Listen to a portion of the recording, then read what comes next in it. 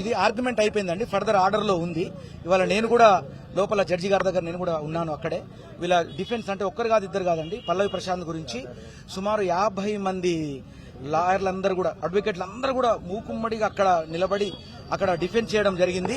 తర్వాత చాలా సానుకూలంగా జడ్జి గారు స్పందించడం చాలా ఆనందకరం. కళాకారుడి తరఫున జడ్జి గారు చాలా సుముఖంగా స్పందిస్తూ రేపు ఆయనకు 100% బెయిల్ ఇచ్చేటువంటి అవకాశం నాకు ఈ రోజు కనపడిందండి. నేను లోపల ప్రత్యక్షంగా ఉన్నాను.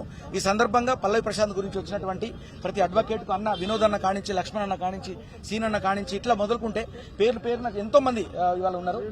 వేణు, సీను, తర్వాత ప్రతి ఒక్క అడ్వకేటు పల్లవి ప్రశాంత్ గురించి నేనే ఆశ్చర్యపోయానండి. ఇంతమంది లాయర్లు ఒక వ్యక్తి గురించి అక్కడ డిఫెండ్ చేయడం అనేది చాలా ఆనందంగా అనిపించింది నాకు.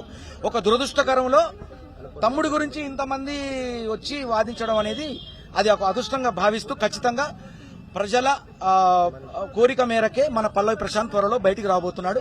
సో నేను దాడులను అదే కరెక్ట్ కాదండి. దాడులను సమర్థిస్తారా ఎవరైనా? అక్కడ జరిగినటువంటి ఒక ఎవరైనా ఒక సెలబ్రిటీ వస్తున్నప్పుడు జనసందోహం అనేది ఉంటది. మీ అందరికి తెలుసు. అందులో రకరకాల ప్రాబ్లమ్స్, ట్రాఫిక్ ప్రాబ్లం జరుగుతుంది, లేకపోతే కొంతమంది అల్లరి మూకలు ఉంటారు, వాళ్ళు ఏదో డిస్టర్బెన్స్ చేస్తారు. అదంతా పోలీసు అంటే వాళ్ళ వ్యవస్థ వాళ్ళకి తెలుసండి అది ఎలా కంట్రోల్ చేయాలి అనేది వాళ్ళకి సంబంధించింది. బట్ ఇక్కడ పల్లవి ప్రశాంత్ ఏం చేసిండు, ఎందుకు అరెస్ట్ అయ్యిండు, ఎందుకు జైలు పోయిండు అనేది ఇప్పుడు నాకు ఇంకా అర్థం కాలేదు. నాకు ఈ యొక్క సెక్షన్ల గురించి నాకు ఏం అనుభవం లేదు. వీళ్ళ దగ్గరకు వచ్చేటప్పటికి అసలు విషయం బయటపడింది. చాలా సింపుల్ గా బయటకు వచ్చేటువంటి అవకాశం ఉంది. అతని మీద ఎలాంటి కేసులు లేవు. అతను సెలబ్రిటీ. అతను పట్టుదలతో గెలిచి నిరూపించి ఒక మట్టి బిడ్డగా ఒక బిగ్ బాస్ లో ఒక మంచి పేరు సంపాదించి ఒక మంచి కిరీటాన్ని అధిరోహించి మనందరికీ ఇన్స్పిరేషన్, చిన్నపిల్లల నుంచి మొదలుకుంటే పెద్దవాళ్ల వరకు ఇన్స్పైర్ గా నిలిచినటువంటి గొప్ప వ్యక్తి పల్లవి ప్రశాంత్ తమ్ముడి గురించి. నేను తనతో ఆట ఆడాను. తన గుణం నాకు తెలుసు, తన ఆట పవర్ తెలుసు, తన పట్టుదల తెలుసు. జనం గురించి తను ప్రాణాలు పోగొట్టుకోవడానికైనా కూడా సిద్ధపడ్డాడు.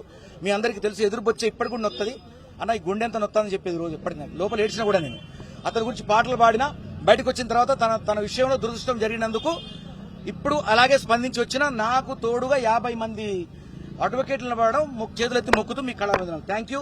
మీడియాకు ముఖ్యంగా చేతులెత్తి నమస్కరిస్తున్నా. మీడియాను గౌరవిస్తున్నా. పల్లవి ప్రశాంత్ తరఫున మీడియాలో ఏమైనా తప్పులుగా ఉంటే మీడియాను నా తరఫున క్షమించండి. మనందరి తరఫున క్షమాపణ కోరుతున్నా మీడియాకు. Thank you.